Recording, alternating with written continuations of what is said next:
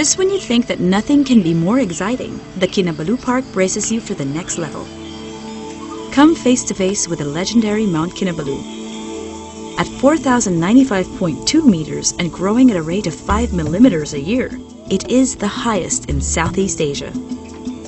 About 100,000 years ago, Mount Kinabalu was covered with sheets of ice and glaciers that violently flowed down its slopes, scraping its surface, creating jagged peaks and a 1,800-meter deep gully on its north side.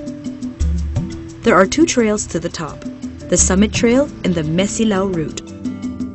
The Summit Trail is popular among first-timers. From the Kinabalu Park headquarters, a shuttle ride takes mountaineers to the Timpohon Gate, where the journey begins with a descent to Carson's Falls.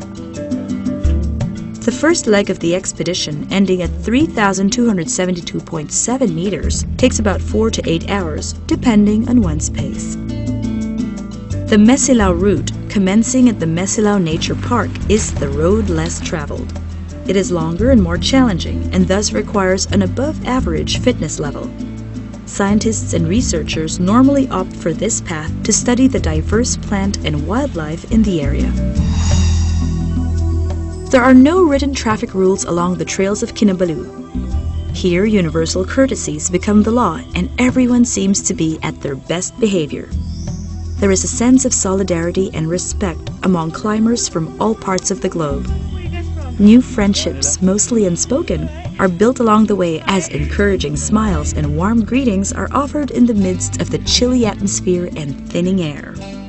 It is fair game, every man against himself. Thus, each step is a great achievement, bringing the purest feeling of success.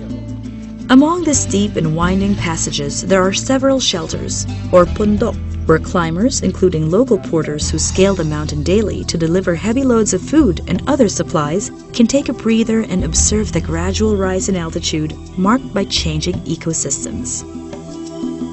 The first shelter is Pondok Kandis, followed by Pondok Uba, the halfway point to the summit.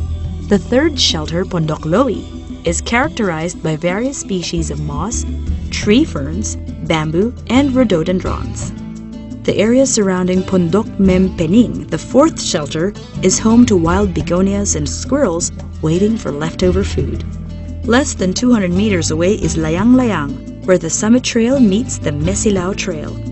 Hike on to the fifth shelter, Pondok Villosa, where a spectacular panorama of blues and greens will blow the exhaustion away.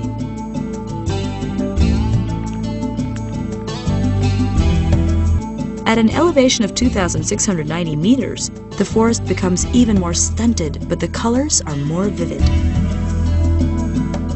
Another steep stretch, negotiating large boulders of rocks, leads to Laban Rata. With an elevation of 3,272.7 meters, it serves as the base camp for climbers and the end of the first stage of the ascent. Celebrate your arrival with your first supper in the mountain. Nature itself brings something more welcoming than a bonfire. A bright salmon sunset that momentarily transforms the place into a patch of heaven. At about 2 o'clock in the morning, the next leg of the trek begins, the ascent to the highest point of Mount Kinabalu. Only the rays of torchlights lead the pilgrims along this treacherous path to the summit. 3 hours later, as the sun rises, final strides are made towards Lo's Peak, the very zenith of all Southeast Asia, at 4,095.2 meters. The whole of Borneo is spread out below the sky, to be seen only by the worthy few.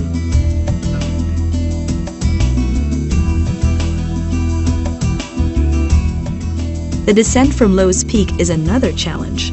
It is a race against swirling clouds that can obstruct visibility.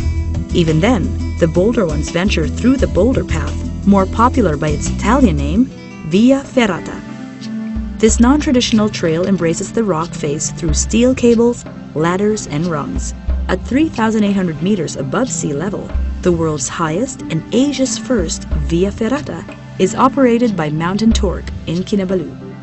Despite the intricacy of the process, it is safe and fully guided.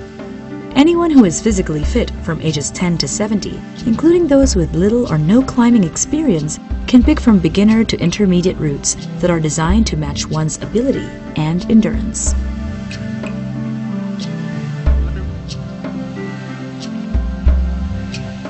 The climb and descent from Mount Kinabalu normally takes 2 to 3 days. Apart from Labanrada, Sayat Hut, and Pendant Hut, there are other lodging options in Mount Kinabalu. Be sure to pre-book through the Sabah Park's head office in the Kota Kinabalu city center.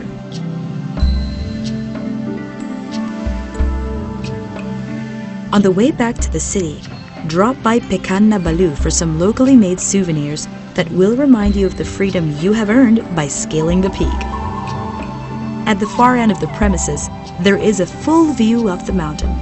As you give it a last good look, know that you have become a part of it, and it has become a part of you. Like Kinabalu, the Chinese widow turned into stone, the spirit of the mountain has cast your name at its summit.